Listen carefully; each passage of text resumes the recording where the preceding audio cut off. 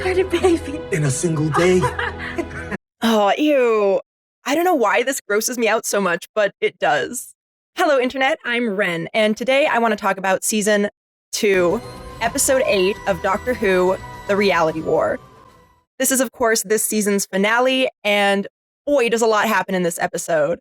So I'm going to jump right into it because I have mixed feelings, and we're going to talk about the good, the bad, and the This will be another low-key, unscripted review, so it's just me, my notes, and my hyperfixation while we break down this episode. This video will also contain spoilers for Doctor Who up to this point, so you have been warned.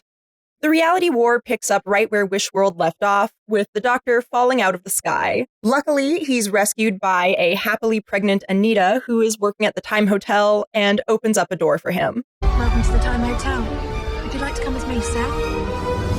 She also reveals that on her days off, she's been checking up on the Doctor, peeking into little windows of his life through time, and I absolutely love that.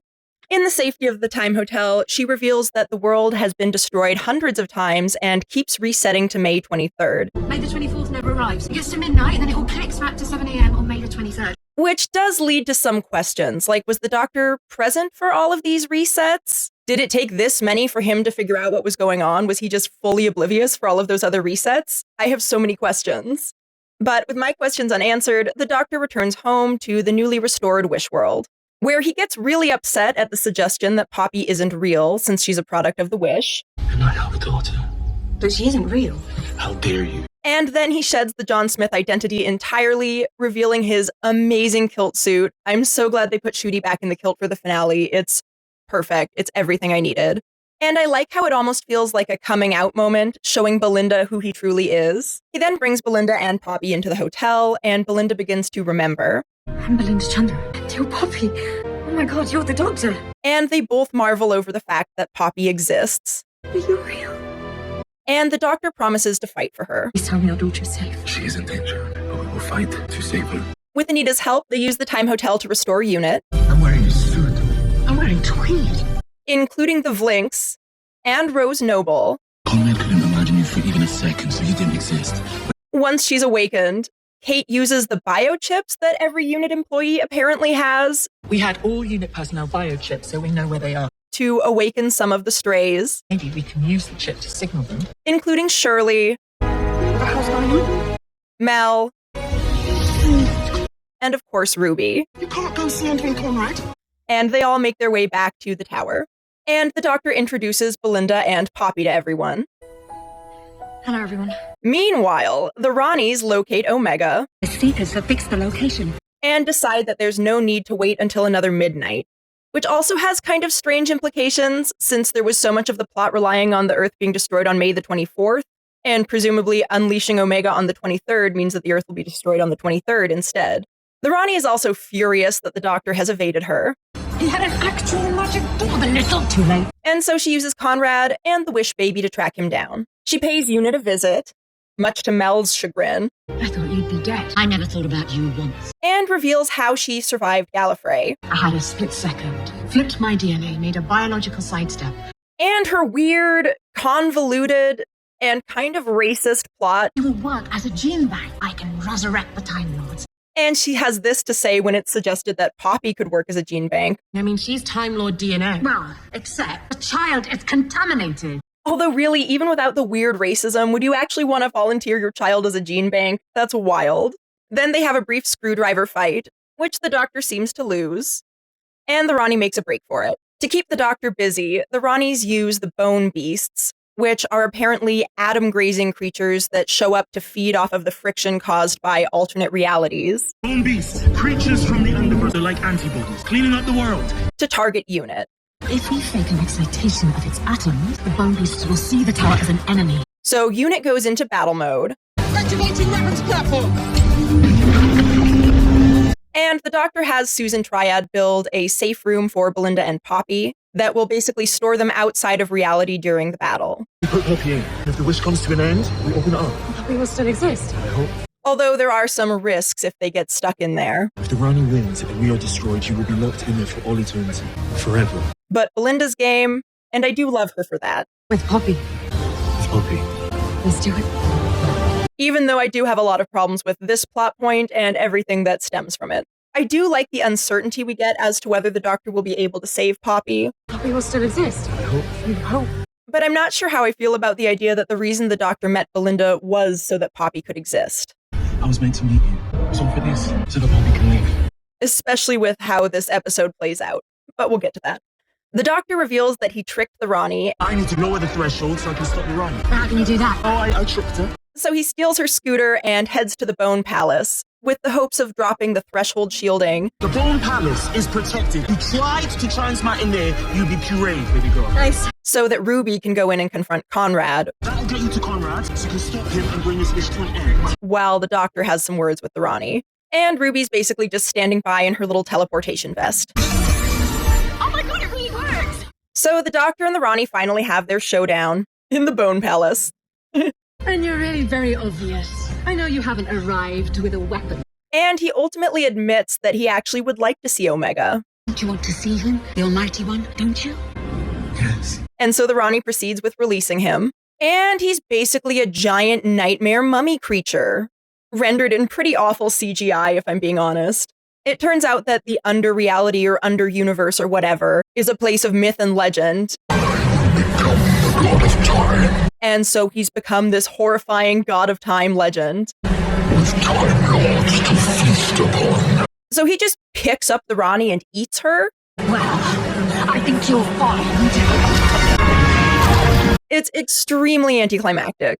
Mrs. Flood makes a break for it, and the Doctor uses the Vindicator, which of course was set up to have the power of a billion supernovas, Only I had a weapon, hiding in plain sight. to subdue Omega almost immediately. The whole scene is like a couple minutes. It's kind of shocking how abruptly it wraps up after all of that build-up for Omega. Some call him the original sin of the Time Lord. Okay. Meanwhile, with the shielding down, Ruby confronts Conrad and actually thanks him for making a remotely decent world, considering what he could have imagined. A fantasy world, I'd expect cones and whiskey and girls, but yours is nice. And he does reveal some level of good intentions. The doctor told me people just want to be safe and fed and warm. So that's what I did. Although it definitely feels like too little too late, especially with all of the flaws in his world. He gets incensed when Ruby asks about his dad, though. All that time we spent together, you never mentioned your dad. You don't know me at all. And when it's clear he's not going to do the right thing on his own, Ruby teleports behind him and grabs the baby. And she uses it to wish that he was happy, I wish you to be happy. which is a lovely thing for her to do, although he doesn't deserve it. And then she ends the wish world. The bone beasts and the palace fade, and we find out that we were inside the TARDIS the whole time. And then the Doctor uses the baby to wish for no more wishes, No more wishes. rendering him an ordinary child, presumably, which the Doctor gives to Carla, which is very sweet, but also screw that original family, I guess. We're not doing anything to restore them. They're just going to be flowers and ducks and owl forever. Woof. And Belinda and Poppy emerge from the Zero Room. They return to the TARDIS with Ruby and begin talking about plans to redesign it to be more child-friendly. This place is a death trap. I know. We need rails, safety rails going all the way around. And of all the places that they're going to take Poppy together. I wonder where we take her first. She could see Neptune. But as they take Poppy's little jacket off and fold it back and forth between them, it gets smaller and smaller, and Poppy disappears, until only Ruby remembers her. Where's she gone? Who? Poppy. Where's Poppy? And it's devastating. It's so sad. Ruby is, of course, horrified, but the Doctor and Belinda are completely oblivious and unaffected as they now plan their adventures together, sans Poppy. Linda! Where shall we go?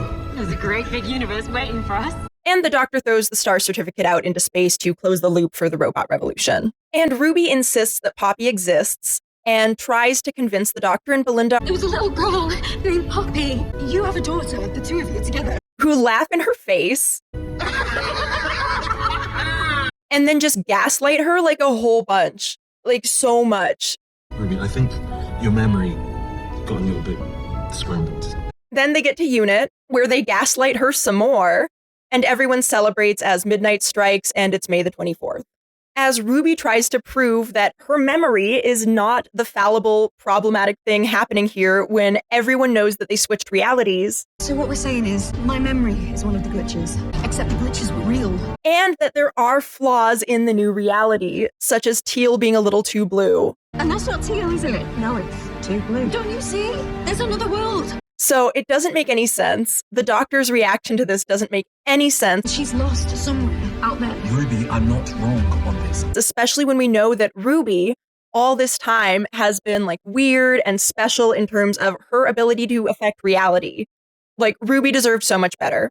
Eventually, though, she does manage to convince him I'm looking for your daughter, Ruby. Who's Ruby? That Christmas, I was that life. I ceased to exist. by reminding him how he saved her from being unexisted by the goblins. You did everything you could to bring me back because you couldn't bear a world with one person missing. And Belinda also reminds him that he saved her in the time explosion. You did that for me too. I was trapped in that time explosion. You saved me. Which I was initially confused by because I did forget about that in the Robot Revolution and how the Doctor said he went back through her life to save her. So that is where that came from. It was mentioned, but it wasn't very well explained, and we didn't get to see enough of it in the Robot Revolution for everyone to immediately make that connection. I know I didn't. Susan also reminds the Doctor that he basically birthed her into existence from the TARDIS. I'm barely a year old. You set me free. And Kate also reminds him of all the times they've been saved by him. You saved all of us. And there is this certain tenderness with which she talks about the Doctor that's very sweet. Sometimes I think we're all your children. And I do really like this bit here because it does feel like the Doctor kind of sees Earth as his child or his children to protect. Is it paternalistic? Like, yeah, maybe a little, but I don't know, I liked it. So once the Doctor gets on board with rescuing Poppy, We're missing one person. I have told her. Yes. I will find her. because a world missing one person is no world at all, There's only one thing that is strong enough to change reality one tiny degree. That's the time. he hops in the TARDIS and goes to execute his plan. Oh man, I like this face. Let's be honest. I was the best. Where he's interrupted by a surprise cameo from the 13th Doctor, played by Jodie Whittaker, Okay, let's say best male, but don't tell the others. What? who warns him of an incoming time schism thanks to his shenanigans. I've been put out of my timeline because there's a great big time schism on its way caused by you. The Doctor plans to basically sacrifice himself and use regeneration energy blasted at the console to move reality one tiny degree Time needs to be shifted, so I am going to punch a ton of regeneration energy into the vortex to jolt it. and restore Poppy into existence. Living your life. A life is what a life. He's a bit nervous because things could go horribly wrong if he messes up, If you rupture the time vortex, you could damage the whole of creation. but 13 is really reassuring, Blimey, your face is absolutely beautiful. It will be our last one if I get this wrong. Don't get it wrong, man. and their interaction is really sweet, Yeah, it's all a bit timey-wimey. Is that still a thing? Going strong. including when he tells her. I love you, Doctor. And I love how everyone can see the way that this particular Doctor has sort of changed after the journey that he went on in the 60th anniversary specials. I never said things like that. That's why you got me. It still feels like a whole new chapter for the Doctor, and I do really love it. And there's also this bit. I should say that to Yas. You never do. But she knows. 13 pops off back to her timeline, and the Doctor blasts the console with his regeneration energy, but manages to hold the regeneration itself off a little bit longer so that he can visit Belinda and Poppy. And it worked. Poppy does exist. Huzzah! But she's no longer the Doctor's daughter. Poppy, this is Uncle Doctor. I'm her uncle. Well, I thought it sounded nice.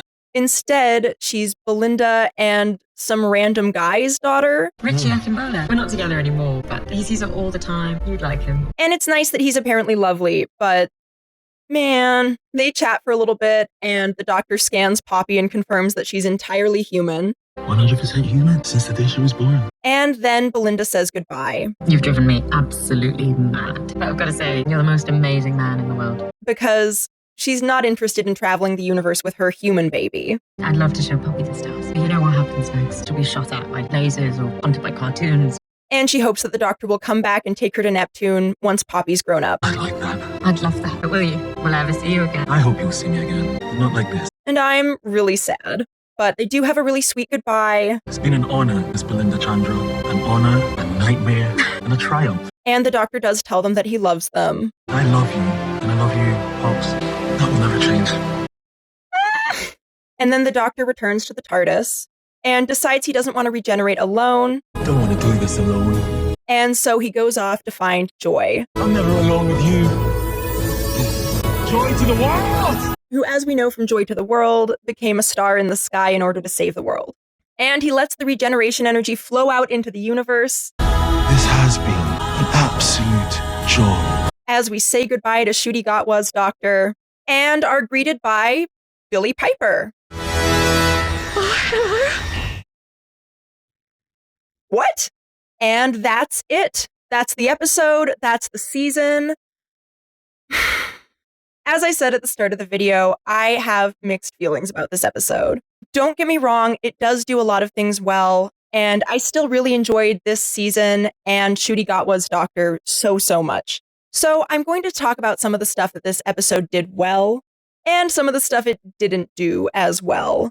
Because I think that this was a bit of a mixed bag, especially with the added context that it's very, very likely there were a lot of reshoots that potentially completely changed the ending.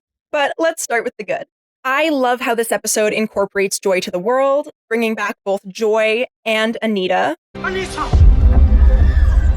Doctor. At the end of Joy to the World, we saw Anita accepting the job at the Time Hotel, so it's kind of lovely seeing how that's going for her. You are talking Time Lords? This job at the Time Hotel taught me so much. And getting a little window into her life as she checks in on the doctor. Her cameo was really sweet and I loved it. Ncuti's performance in this episode was absolutely phenomenal. Mr. Smith is gone. I am the Doctor. Breathtaking. He was so himself, so the doctor, so wonderful.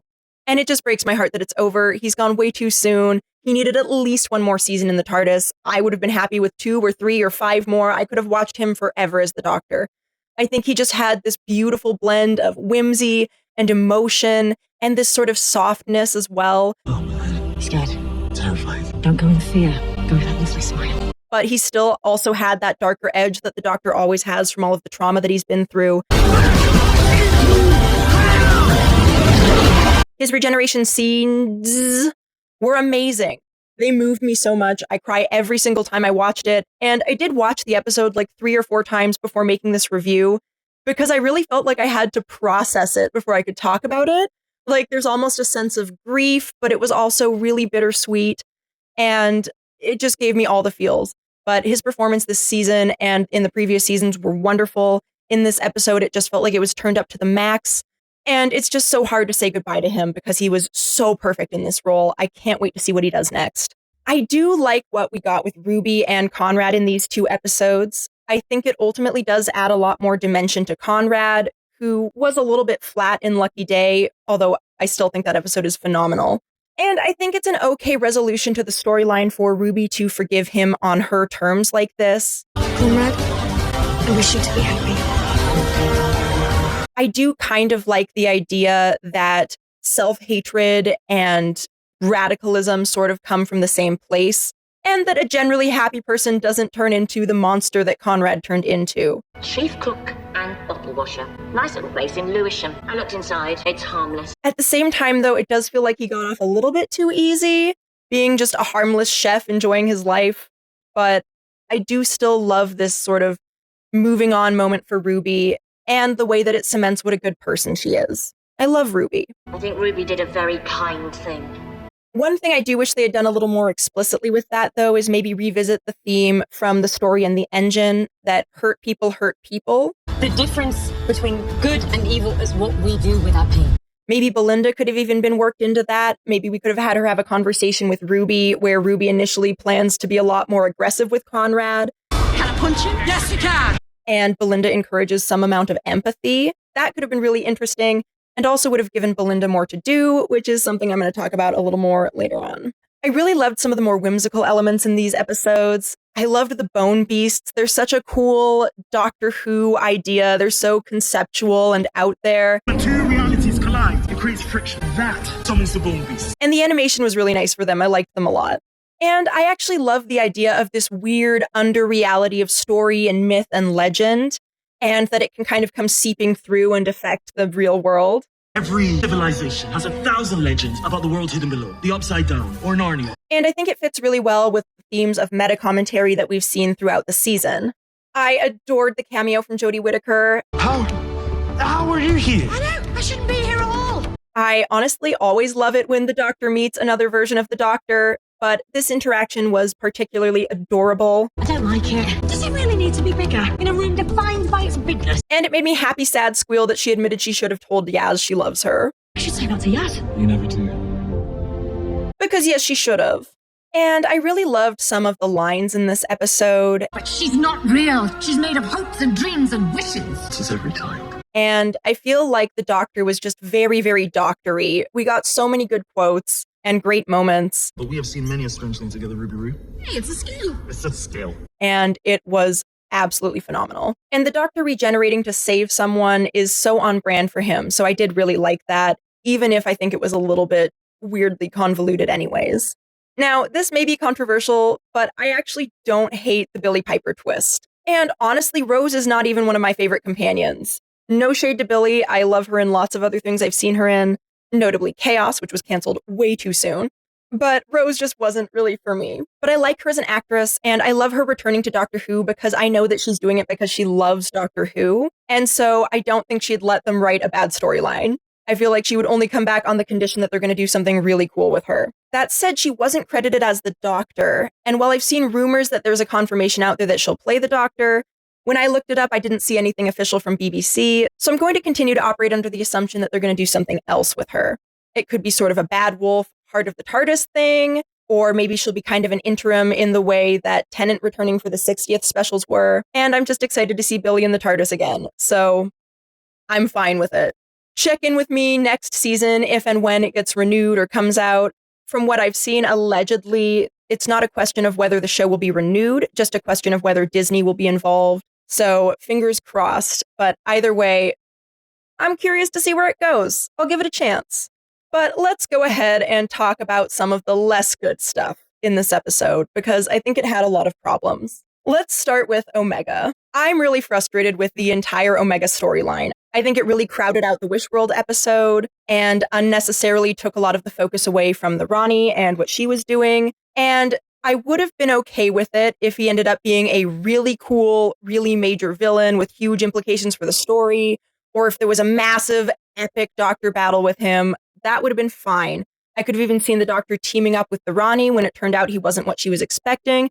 That would have been cool. Do we get any of that? No! Instead, it amounts to basically nothing. We go through all of that, this whole huge, evil, complicated plan to bring him back, and the Ronnie doesn't even know what condition he's in. Ronnie, get back. What is it? And it turns out he's a giant CGI man-eating mummy thing. And then she gets eaten, and it's also like horribly anticlimactic. It's such a silly death for such a fun character. Well, I think you'll find.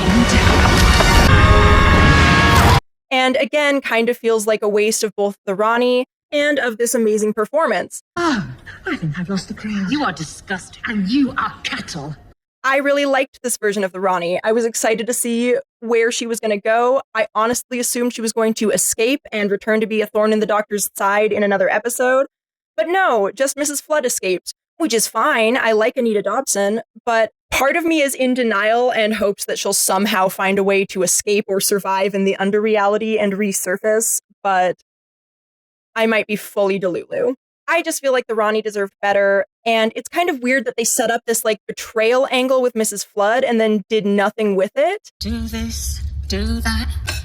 Yes, man, no, man. I think if they were going to kill her, it should have been Mrs. Flood that killed her or otherwise betrayed her. So it's just kind of disappointing, and it feels really rushed and disjointed, and I don't know why we bothered including Omega at all, because we did literally nothing with it. Like, other than killing the Ronnie, if you remove him from the plot, like, nothing changes. She could have been looking for anything under there. You could have even had it be, like, a cool thing, like maybe she was trying to birth a new TARDIS. Like, there's so many different things we could have had her do, and what they landed on was painfully mediocre. I hated the weird writing for the Doctor this episode where he gaslights the absolute heck out of Ruby. I think your memory got a little bit scrambled. I've already complained about it substantially, so I won't spend too much more time belaboring the point, but it just doesn't feel like the Doctor, and it especially doesn't feel like Gatwa's Doctor. Ruby, Ruby, I told you there is no one called Poppy. The Doctor is always generally empathetic, and part of the reason we love him is that he sees people.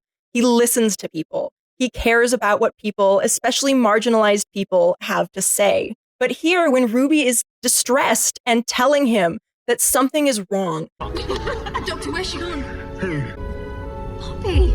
that she remembers a different world, and we already know her memory is different, it makes no sense for the Doctor to disregard her like this. Ruby, I'm sorry, but you are remembering this wrong. And to be kind of cruel and callous about it, honestly. Imagine!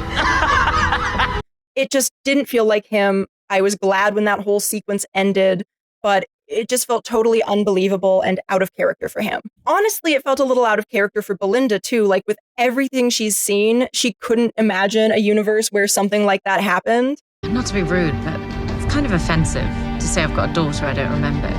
I don't buy it. I don't buy it. And then there's the Belinda of it all. I love Belinda Chandra. I love Virata Situ as Belinda Chandra. I think she's a great actress. I really liked this character. God, you're dangerous. I'm sorry. And so I'm kind of mad about how she was handled in these last 2 episodes. First, she was totally sidelined in Wish World and basically spent the whole episode as a betraying housewife. And then in this episode, they literally stick her in a closet during the action. We even cut to her just standing there with the baby, waiting.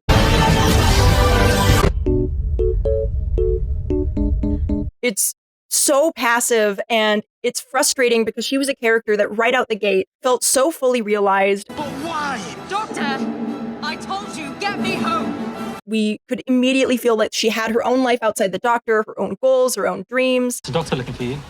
Tell me about it. And it's just been totally undercut along with her agency.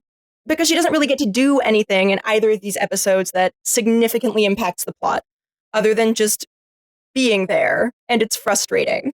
Retconning Belinda's life and past like this just feels bizarre and kind of wrong. Doctor, I need to get back for Poppy. Never mind, Miami. Poppy's waiting for me. My daughter. Especially when in Wish World, she was so distressed by not remembering giving birth to Poppy that she literally runs off into the woods to scream. Now she's just always been coming home to Poppy, and she's a single mother, and her life and priorities are completely changed, and she doesn't know anything about it. So you were always coming home for Poppy. Exactly.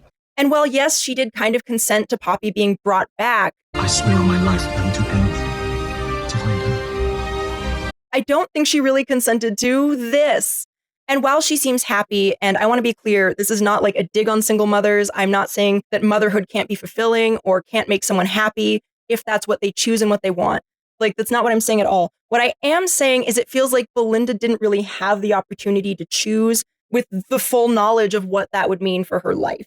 And she was so excited to travel the stars. I want to see planets and galaxies. Oh. I want to see the Big Bang. And for her to just give that up makes me really sad. And it feels like something was being taken from her in terms of that opportunity to explore the universe. There's a great big universe waiting for us. And it's a bummer. And it feels like a disservice to the character. Also, there's this bit where the Doctor scans Poppy without consent. And I think it's funny that Belinda doesn't have anything to say about that after being annoyed that the Doctor scanned her DNA without consent in the Robot Revolution. You tested my DNA without even asking my permission. It's silly.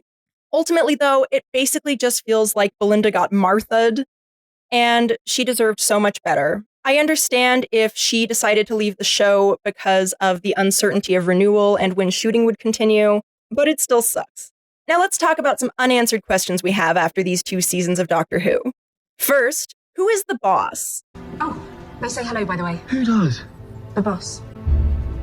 He was alluded to by the Meep as well, so I assume it's the same boss. Just wait till I tell the boss. But this boss did also rescue the Doctor, so I am curious what's going on there. There is always the possibility that it's going to be the Master, because of course we still don't know who picked up the gold tooth where he was trapped inside. So it is kind of inevitable that the Master will return eventually. But honestly, if the boss isn't the Master, I hope it's not another legacy Doctor Who villain. At this point, I want something new, especially after what they did with Omega. My other question is, why bring Susan back and then do absolutely nothing at all with her? We even got that second cameo of her in Wish World, where she appears on the screen before Rogue's message. which implied that she would have something to do with the story, but we don't see her again, and she's not mentioned at all in this episode. Poppy being turned human does also kind of ruin the theory that she was going to be Susan's mother, even though that made the most sense for her, especially with what the doctor shouted in Wish World.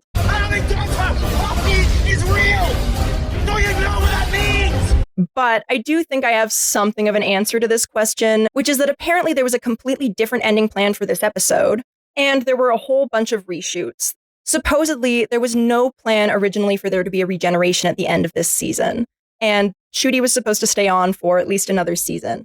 And he did seem to kind of confirm some sort of intended involvement previously. But then things became uncertain with the whole Disney renewal thing, and they decided to hold off on shooting any more episodes, whereas season 1 and 2 were back-to-back. After his turn on Sex Education, and of course in Doctor Who, Gatwa is an in-demand actor, so he's undoubtedly been turning down a whole bunch of projects while he was working on Doctor Who, and I can't blame him for wanting to try something else, especially because it sounds like some of the fan backlash also contributed to his choice to leave.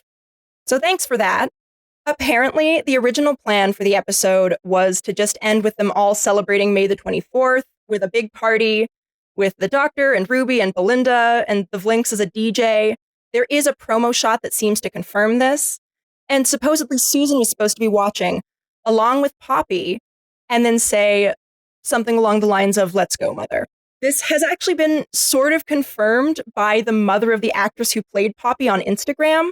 And so I do think this is credible that that's what happened and that this whole other thing with Poppy was sort of a stopgap to justify the Doctor's regeneration.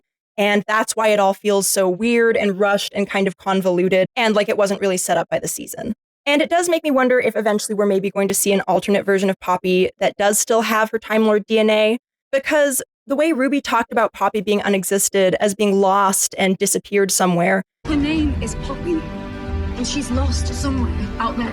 Kind of makes me feel like this isn't the end of her story and they are still going to have her be Susan's mother. But maybe not. In which case, okay. I have met your descendant on a planet far away in the 51st century. So, having rambled a whole bunch, I'm just going to drop a few more miscellaneous things I liked about this episode to kind of turn it into a compliment sandwich.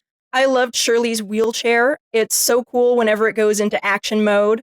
And I also loved the unit tower in battle mode. It kind of felt like a saucer separation sequence from Star Trek. Very cool, very entertaining. I loved Mel being appalled at being a housewife. I have been a housewife. Again, no shade to housewives, but that's just not the life for Mel, and she knows it.